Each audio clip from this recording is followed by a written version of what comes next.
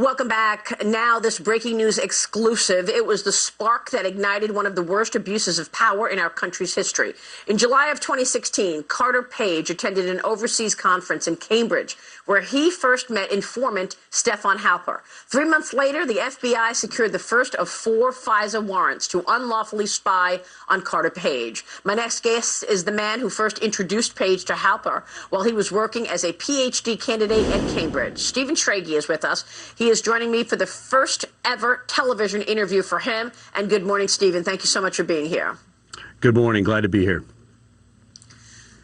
You worked for Stefan Halper, and we want to ask you really the background of 2016. So let's start there. What is your background in terms of working with Stefan Halper, and why did you invite Carter Page to a conference that you were planning? Right. I had a long background working on crime and terrorism at the White House and Congress, and went to Cambridge to finish a PhD I'd started years earlier at Harvard. And my intent was always to have a conference that looked at presidential campaigns and national security risk. I had no idea that it would blow up into this. Halper was not that engaged up until the point where he crossed paths with Page and Christopher Steele's former MI6 boss, Sir Richard Dearlove. At that point, he seemed to really focus on Page and really try to isolate him and kind of ingratiate himself with the Trump campaign in ways that seemed like a real turning point. But how Page wound up there with Halper was really a comedy of errors, and it was something where we were looking for someone from the Trump campaign to make sure the Trump campaign was represented, and it just kind of happened to fall in his lap that Page landed there. Well, why did you want someone from the Trump campaign? I mean, here you wrote about these guys and you called them the Cambridge Four, that they're washed up spies. Why are washed up spies wanting to get in with the Trump campaign? Well, for the conference, they were not involved in that decision at all. The conference was because I came from a Republican background and I wanted an unbiased conference. I wanted to make sure if we had Madeleine Albright on one side, we had a Trump representative on the other side.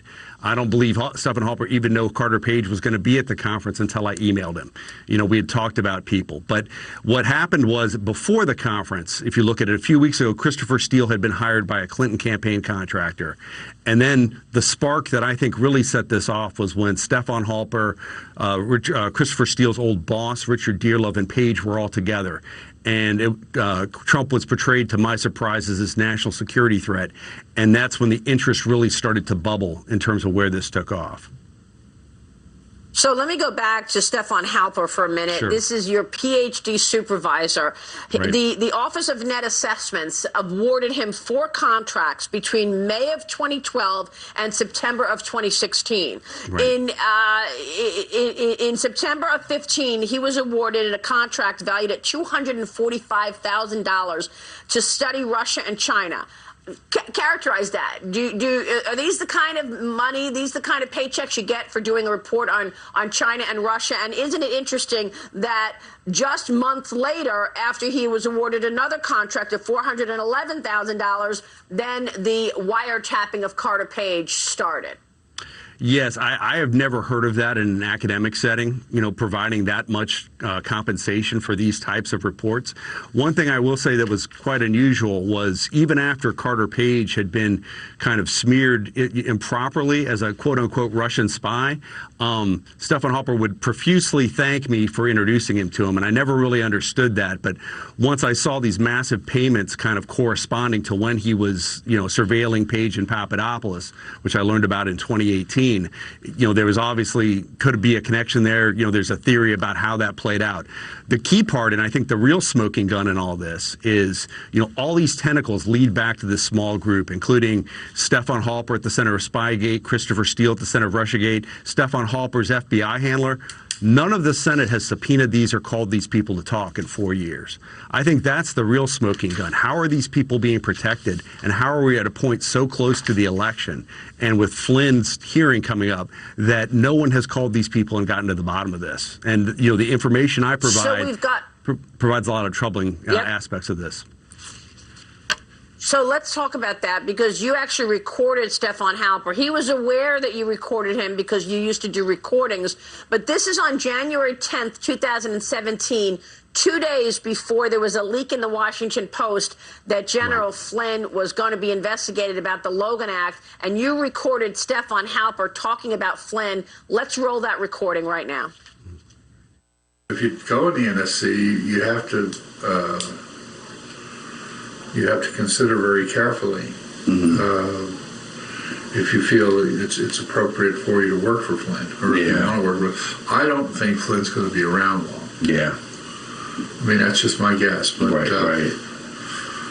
the way these things work, you inevitably find yourself at odds with someone. Yeah. I mean, you always do. Yeah. Probably lots of people. Right.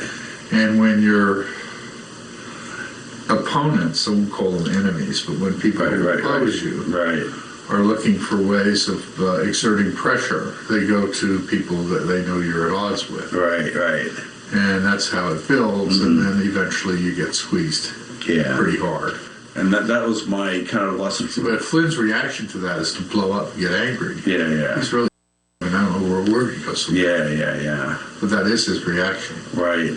That's why he's so unsuitable.